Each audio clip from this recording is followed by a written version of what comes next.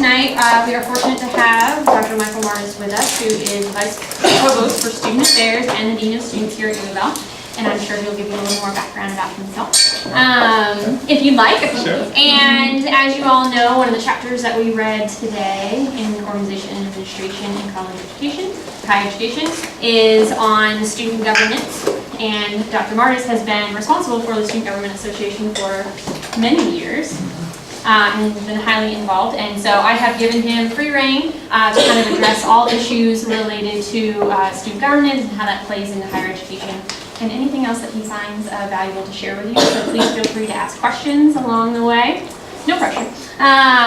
This is great. I love this. This is we're pretty laid back, easygoing. Everyone likes to of this participate. grand scheme of things that a dean of students deals with, coming and talking with graduate students is very high on the enjoyment list. So without further ado, thank you very much for being here. You're welcome. I'm happy to. Actually, this is my first time. I've taught in graduate programs both here in Radford and PhD program here. But it's the first time I think I've ever been asked to talk about this specific topic in a graduate program. So I was actually kind of excited to do that because it's not really talked about that much, but it is really important. So I have served, I've been in the Dean of Students role a little bit over 9 years now here at U of L. Prior to that, I was the Dean of Students at Radford University in Virginia for a little bit over 5 years. And so really I have advised and then had some advisory responsibilities even before that a little bit with student government. So I've had 15 years of advising and working with SGA. So that's a little bit of my background kind of as far as the student governance component. So I'd rather this be, my hope is that you would learn something and it would be beneficial for you. So I have kind of an idea in my mind and I put some things together in this PowerPoint presentation, but what would be more beneficial for you and what I'd rather you get is to make sure that if you have any burning questions or thoughts. So you read the chapter, which I did not read. So you know the subject better than I do. But if you have questions or different things, then just go ahead and ask those, and we'll keep it informal in that regard. My graduate degree is from the University of Louisville, both my master's and my PhD, so I have those moments of flashback when I come over here and it's like, oh, do you have any assignments due? I remember one particular time I had this test in Dr. Winter's class in my PhD program, and I had broken my nose, and so I had it shattered sitting over here, and then they had to reset it and put all the packing and everything, and so I had a class just in the next classroom over and had this big test, and that happened earlier that day, and so my choice was, do I delay taking the test? But you have this feeling ever as a graduate student, it's like I have all this information in my head and I'm afraid if I sleep it may just all leak out of my ear. So I came and took the test. I was like on drugs and everything else, right? Prescribed legal drugs. So I kind of had that little bit of a flashback. So I'll start going through some of this and then again just interject with questions and other things. So I pulled this directly from a slide that I share with student government during their retreat. So every year we have a beginning of the season retreat, and this is some of the basic information that I go over with every new SGA. So, and the biggest thing I really try to impress upon them is when well-informed, students make excellent decisions. Okay, and so what I challenge them and try and push them and encourage them and help them do is to figure out the right information, because the students really have the best interest of their alma mater at heart. I mean, that's my experience, is that they really, sometimes there's the political realities, and you all are studying all this right now, the political realities and faculties, employees, administrations, and they have the best interest of the university at heart. I think in most cases, sometimes people have their own selfish ambition, really is a part of that, or protecting their own part of the university and their control, and they don't want to have change. So there's some elements of that if you study, the politics of an organization and those types of pieces. See, but students don't really, my experience is they don't really have it. It's really much more of a pure, what is in the best interest. Because most of the times, a lot of the things that student government leaders are doing, especially big impactful things, don't impact them. A lot of times the policies, the decision, things that they're implementing, and I hear this all the time, oh, I really wish this was going to happen while I was still here. Or student leaders will come back, student government leaders come back and say, oh, we'll have all these things that we didn't have. And so, I've challenged them though, because I've seen a lot of times where they're not informed, where they go off and they say, hey, we want to propose this. Well, okay, well that's not ever going to work. Or you propose that and that's already in place, but you didn't already check. So, and they have only so much time, and they come in new and really excited and have all this energy, and they want to do all these great impactful things, okay? So it's really helping them to figure out what their priorities are. Take advantage of the access, and that looks different at different institutions. Here at the University of Louisville, our student government leaders really get a lot of access. And I've heard and talked to, what would have been interesting is to bring, a past SGA leader here. We could have done that too, to kind of talk about their experience, because that's kind of a unique experience. But if they're trying to get informed, where do they have access? So if I have questions about this topic or that topic, where do I go to be able to get that information? I really encourage them to ask questions in meetings. These meetings can be intimidating. So at U of L, we have a task force on tuition and fees committee meeting that is discussing every new fee proposal that the university has. So we have 4 or 5 student representatives that are sitting on that committee. Well, for a new faculty member who's coming onto the task force on tuition and fees, it's a lot of information to take in. I mean, let alone to be an undergraduate. We have graduate professional students that sit on that, right? So it can be a lot of information. So sometimes it can be, overwhelming. And you all been on college campuses now, so we could talk in acronyms, and we could talk in code, and you could be a really intelligent person, and you hear somebody talk about, CPEC and RALs, and then this, that, and then SACs, and you're like, okay, I have no idea what they're talking about. So I tell them, so you break it down, ask good questions. You're there for a reason. If you don't understand, have them explain that to me, and then always look at what the impact is for students. So, because we could talk about a lot of different things from an administrative standpoint, and I've seen this happen. I've seen it happen. Why do I like to see it happen? Unfortunately, just in the reality, because people get to talking about things, and you're talking about the business decisions. You're talking about, maybe theory. You all talk about a lot of theory usually in your classes and things. Different logistic, operational pieces, political pieces, all these parts. But the question, and the real question for all the work that we do, is how does this impact students? None of us would be here. We wouldn't be studying this if we didn't have the students. So how does this really impact students? And that should be the question asked. So if they get in one of those meetings and they're kind of lost, and they're like, okay, I don't really understand why this is important, or what's that? The question they should always ask is, okay, I'm really trying to take all this in and understand that. So tell me, how does this impact students? What's the impact of this for students? Okay, and then reframe it around that and how it's going to impact students and why it's positive or negative. What are the pros and cons as it relates to what's going to happen with students? What I share with them, and what I view as my role as SGA advisor, is to help them to be successful. Okay, so, and that looks different years, because we have different student government leaders and different student government senates, and they have different ideas about what they want to accomplish.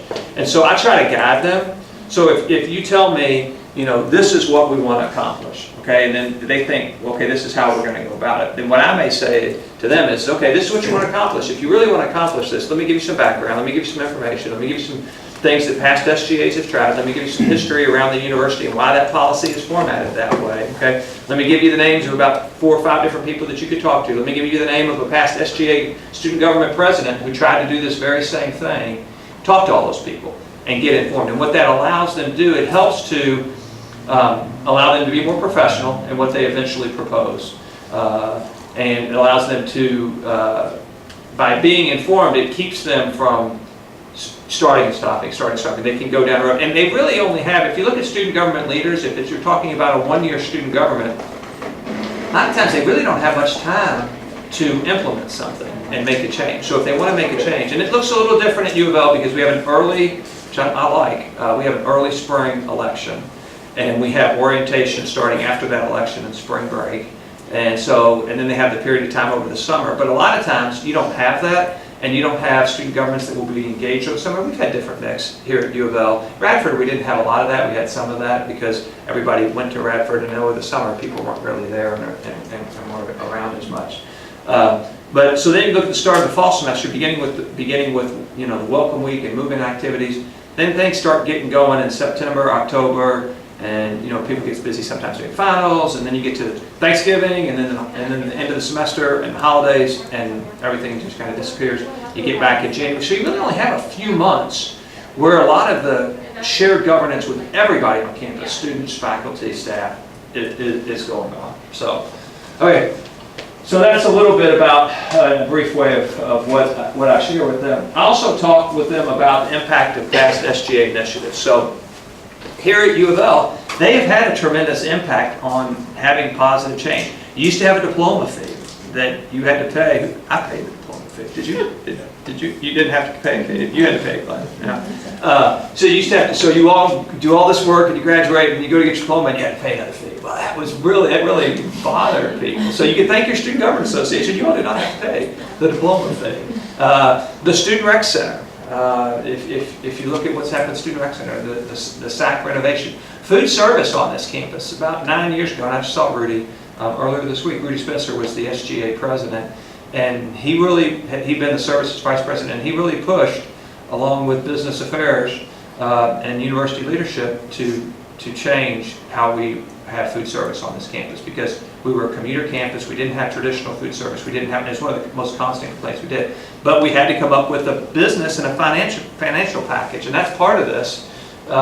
Is figuring out, okay, this is what we want, but yes, that means that we're going to have to do this, this, and this, and then what's the best way to structure that? So in this case, to get more food service, we had to be able to figure out how we were going to have the meal plans and what those charges were going to be and who all was going to pay those meal plans, because we had to have capital investment of dollars to be able to do that. So, but he led that charge in a big way, and that was 8-9 years ago, and it really began this transformation. It helped to really kick off the transformation campus, along with the growth in the residential properties and things. That wouldn't happen. American Sign Language program. I don't know how many of you are familiar with that. We have that program here at the University of Louisville. It used to be a program that was run by EKU, and they had some satellite offices on this campus. And this EKU had problems with maintaining their accreditation and some other things with what they were doing with the program, and so the program was going to go away. But it was an EKU program.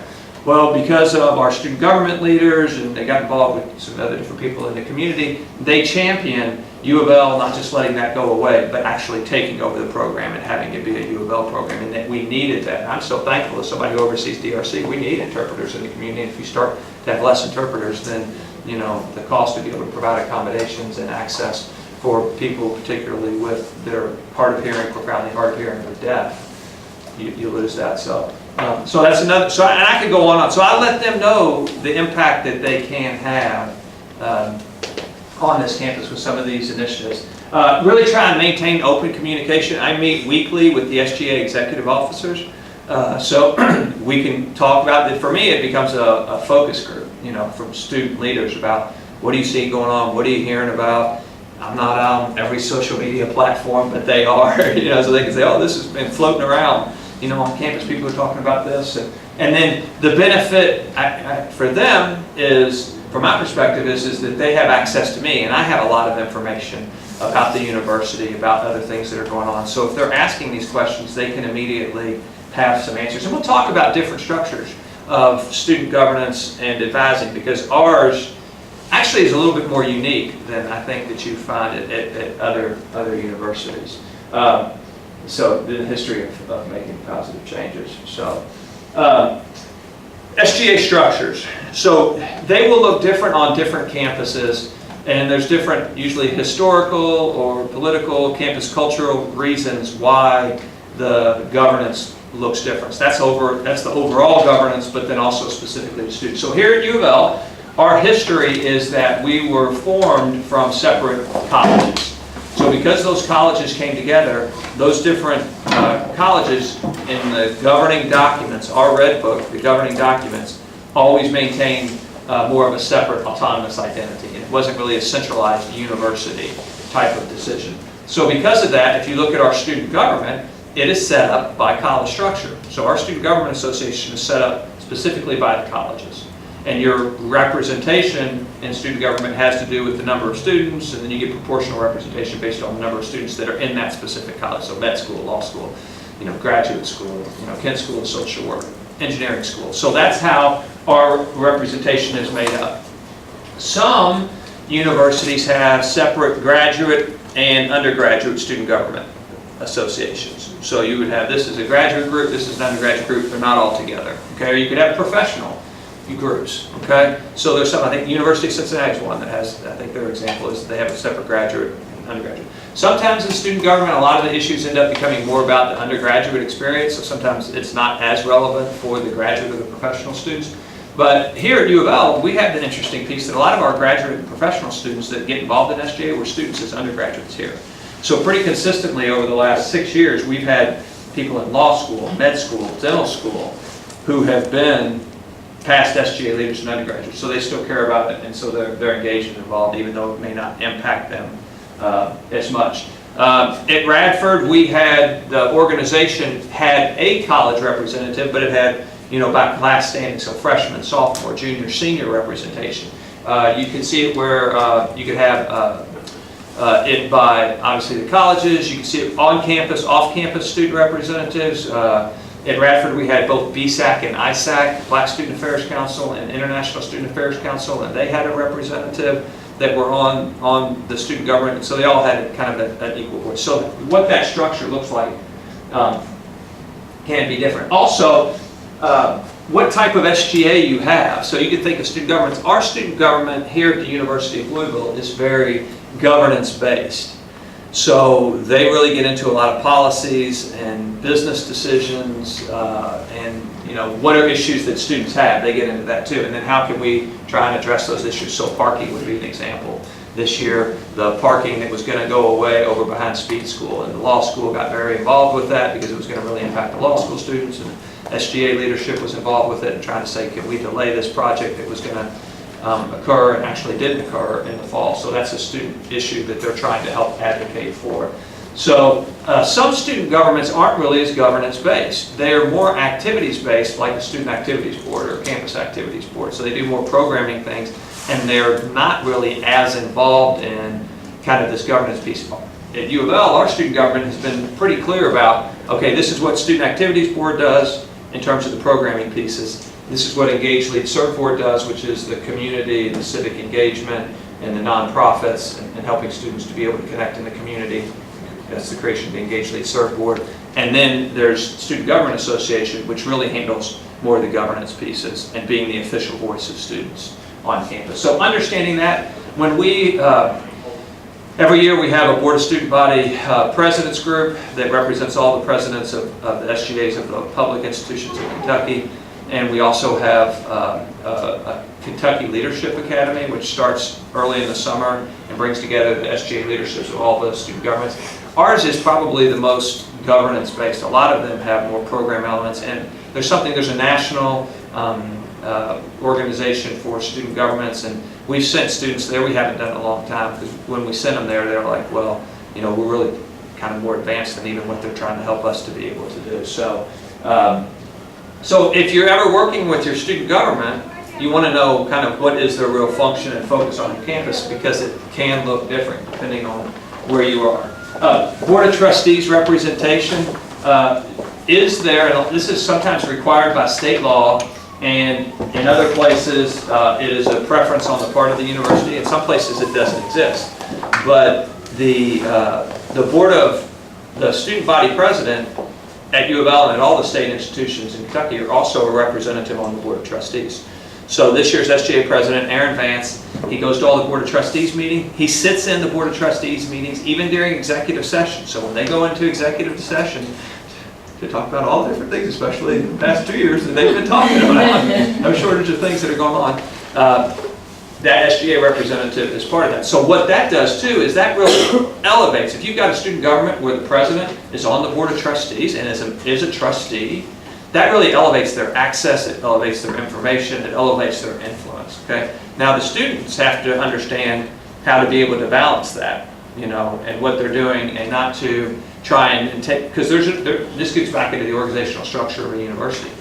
You know, there's ways to get business done and to get things done effectively, and if you try not to go through the channels or to communicate with the right people and try just to go around in some way, then that may not be as productive. And that actually happened here at the university. But right just a little bit before I got here, there was an SGA president who tried to do some of that and went to the board and didn't go through the president and it just didn't work out well. for SGA really in that situation. So try to be able to work through the individuals that are directly involved. And what I always recommend for SGA is go to the direct source. So if I know the direct source of information, I won't send them to the vice president of that different division. I'll send them to the director or the assistant director or the program manager. Like, that's the person who really knows this piece of information. Get that from them there, and then you can continue to work through from there. But understanding that representation is really important. Okay. For those of you who don't know me, I'll just keep going. So if anything piques the question, just let me know. So, yes? So you mentioned this, that you oversee the student affairs just areas. And so I wonder how you balance knowing just the specific areas like you were talking about that need some support or need some student representation. How I don't know if you help SGA realize those issues because you see them. For instance, we could use an example like counseling. We had counseling, we were trying to get students in there. SGA would probably know that problem, but I feel like as knowing the just literature on the counseling center, how do you balance being able to advise them to look that direction if it's not one of their priorities? Yeah. Or how do you balance that? It's a really good question. And one of the things being SGA advisor that I've seen is a lot of people think that, you're the puppet master. Like if SGA is doing something, well, you must somehow be influencing them to do that. So one of the things that I have tried to maintain and be true to avoid that is that I don't. So I really don't say, oh, I know this issue and I think you should address this as your issue. Now if I know something that's a campus issue, part of that orientation, I'll tell them these are the issues that are ongoing on campus, and I'll educate them on them because they were the issues from last year, and they're going to be the issues for next year, or there's a carryover. A lot of times they're holdovers from SGA, but like they were involved the previous year, so they heard some about it, maybe in the Senate or some other thing, but they don't know as much of the detail. So I'll inform them on that. So the SAC would be, the Student Activity Center would be a good example of that, because there's been a lot of different discussions about what should happen in the renovation of the Student Activity Center. And SGA has been the primary player really in that and saying, this is what we think is the Student Center, we think this is what's best for students. And so every year, the past 3 years, I kind of, okay, here's where we are in the Student Center, these are the different conversations that's happened in the past, this is what this SGA president did, this is what this SGA president did, these are the kind of other things that happened within that. This is where we are now, and this is kind of the things that are kind of on the horizon for this upcoming year with that particular issue. And then they can decide what they want to do with that. So, I prepare them in that way, but I don't typically go and say, okay, this is a concern for me as the Vice Provost for Student Affairs for our division, and then say, okay, this should now become SGA's issue. Because as soon as I start doing that, that's my platform, and I have other ways to be able to advocate for that. Like if I think we need more resources for the counseling center, which I do think we need more resources for the counseling center, then I need to figure out, okay, there are other ways that I can find money within the division and reprioritize, because there's no new money coming from the state, right? Can we raise funds in some way? Are there grants? Are there money we can get from fundraising, other things? I need to figure out that. But to try, if my feeling on this, and you probably have different people to approach it, my feeling is if I consistently try and do that type of thing, I think that sets up a wrong dynamic. Our students are really intelligent. Our students are our best asset at the university. They know better than I know what's going on campus and what's important to students. I need them to cleanly just tell me that and to communicate what they're hearing to create avenues for other students to express their concerns to them as their student government leaders. So I think you have to be really careful because there's already a perception, and I've had people say that, oh, well, you're somehow influencing SGA to do that. No, I'm their advisor. I'm trying to help support them because they said this is something that they want to do.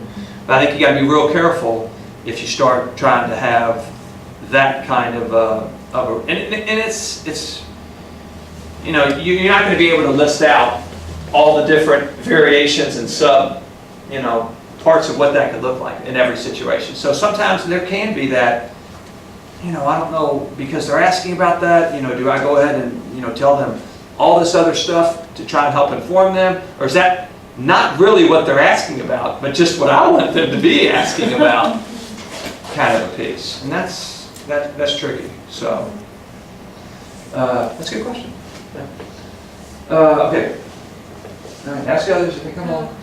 Understanding institutional organizational structure.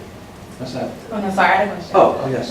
When you were talking about the different representation, as far as from different colleges, and then you can do it by year, I was wondering if there was any representation from athletics, like as far as student athletes, if there was a designated position for that, or how that works? Right, there could be, and there could be at other universities, and it depends on how, just like there could be a Greek representative, or if you look at your subcategories. I think one of the things you have to figure out is then how do you decide that? One SGA president about 6 years ago wanted to create a House of Representatives. We have Senate, wanted to create a House of Representatives where all the organizations could be represented through the House of Representatives, and then you would have the Senate through the colleges, and then that way you would get more of a diversity of voice within SGA. It didn't work, but that SGA president had a lot of ideas, and he implemented a lot of those ideas. It's just you only have so much time, and so. So you could do that. There is a group, the Athletic Student Advisory. You're familiar? Are you on? Are you an athlete? No, I work in athletics. Okay, so that group is available, and one of the things is I've got about 4 pages of orientation notes that I go through with every new SGA, and it's just all kinds of different people to contact, and it's just my recommendations for them to help them transition successfully. And I tell them over and over, I said, I'm giving you this as a recommendation. You can do it or not do it. So there's nothing I'm ever saying, you have to do this, because again, that's not my role. It's their Student Government Association. But one of those recommendations is they talk with the Athletic Advisory Group, and Christine Simitopoulos oversees that, so sometimes they'll work through that, and if there's specific athlete issues. Our SGA sits on EULA, so they have 2 appointments to the University of Louisville Athletic Association, which is the governing board of the University of Louisville Athletics. So they're making, huge decisions about that as well. So that's a way for them to be able to get information and feedback from students. But really, they need to do that with a lot of different groups. Just like I tell them, you need to reach out to the president of ABS. You need to reach out to the editor of the student newspaper. You need to reach out to these different people in leadership positions, in students' leadership positions, and in university leadership positions. So. And then there's specific issues that sometimes will come up with athletics specifically. So, Yeah. okay. All right. Understanding institutional organizational structure and helping to advise them, just kind of understanding what are the realities. What are the different models of shared governance? So some shared governance allows where the entities within the shared governance are actually making decisions. And so where are those things where they actually have authority to make decisions? So I'll give you an example here at U of L. One where our SGA actually has the authority to make decisions. Travel funding, funding of different initiatives on campus, funding of Student Activities Board, funding of the Engage Lead Serve Board. They have the authority to make those financial decisions and to allocate about $1.2 million in funds is how much money they have. And that's their authority. Now, I oversee, their budget is within Student Affairs, so I oversee it. So if there was something that was, illegal or something that was again university procurement guidelines, we can't let them do that. But other than that, there's a lot of latitude, and there's advising, and there's sometimes, and one of the things I've had to learn as an advisor more and more is when just to not talk and just to listen, and it's also one of the things I've learned as a parent. Because sometimes I'll hear an idea to say, oh, we're going to do this event at this night, at this way, at this time, and that, and in my mind I'm thinking, that's not going to work, And so sometimes I will say that, and I found when I was a young, newer to being advisor, I would probably interject more often and say, I don't think that's going to work, or I don't know. I'll still give them feedback because I don't want them to have an event that's not going to be successful. We want to be able to have good return on investment, dollars and their time and resources. But what I found is sometimes there's a humility in that. They know better than I do. They know the students better than I do. They are students. I'm older, and they're younger, and I'm getting older, and they're staying younger. And so you have to be able to balance that out, because there's things before where I've thought in my mind, oh, I really don't think that's going to work. And then it works, and it's a great program. And I'm like, that's wonderful. So it's important to balance that out. Our SGA recognizes organizations, so there's a process to officially create a recognized student organization, RSO, and there are privileges associated with that, including access to certain things on campus, access to money, access to participating in different events, reserving rooms, and so that's their official capacity. Now, on other things, they only serve in an advisory capacity, so they will advise and give feedback about the university's budget. They can advise and give feedback about tuition and fees. Even that task force on tuition and fees, that committee is a shared governance committee. There's faculty, there's staff, there's student government leaders, there's administrators, there's different deans from academic units that are on that group, and people from the budget office and finance. But that whole group, even in all the decisions and all the process we make, we only recommend to university leadership. So that goes up to president, provost, and they ultimately decide what they're going to take to the board of trustees. Now, the majority of the time, they take what comes out of that committee, unless they have some major reason not to. So it does have a big influence, but there is a difference between that. So that's something for you all really to understand as being professionals in the field is what decisions can you allow a shared governance entity to make, and what decisions can't you really allow? Or you're exposing the university potentially to liability if you're creating up, and what do you, the legal term would be promulgate in your rules and policies. What do you put out in your rules and policies? What do you say is the charter or the governing documents that allow SGA to be that voice? And then if it's something that you then eventually are going to override and being consistent with that policy, then you need to change the policy. Because you don't want to then be in that position where you're saying, well, I give you this authority unless this. If there's an unless this, you need to put that in there so that it's clear up front. Because you don't want to create that type of a situation. And there's certainly, I think about it as dean students, I think about it from a conduct standpoint. We have hearing boards that have faculty, staff, and student representatives, so they'll hear a case of, sexual assault, right? A really challenging case, a threat of harm to somebody else. But in the end, we don't let the hearing board make that final decision. They make a recommendation. Right now, they make a recommendation to Dr. Angela Taylor, who's the assistant dean. She makes initial finding. If the student wants to appeal, students that are involved, either the person who's the complainant or the person who was, the accused, they can then make that appeal to me for a final decision. But, a faculty, staff, or student, they don't have the same institutional liability and institutional kind of accountability that I have. Because if I make a really bad decision and the university is sued later, which we've been sued, I've been sued, for different conduct things, I'm going to be held accountable for that. A student and a faculty member, well, that's not their job. I'll tell you this is not as related, but I'll share this. You need to know what your job factors are in your jobs. If it's not within your job factor and you're going to do something and somebody wants you to do something and it's going to potentially, it's a decision or it's more of an autonomous decision or there might be some liability to the institution or you feel like, oh, is this going to put me in some type of a jeopardy? You need to just make sure it's within your job duty because the universities typically, and you ought to know this when you go out into the field, when the university will cover you with their attorney and when they won't. And if I get sued as in doing my job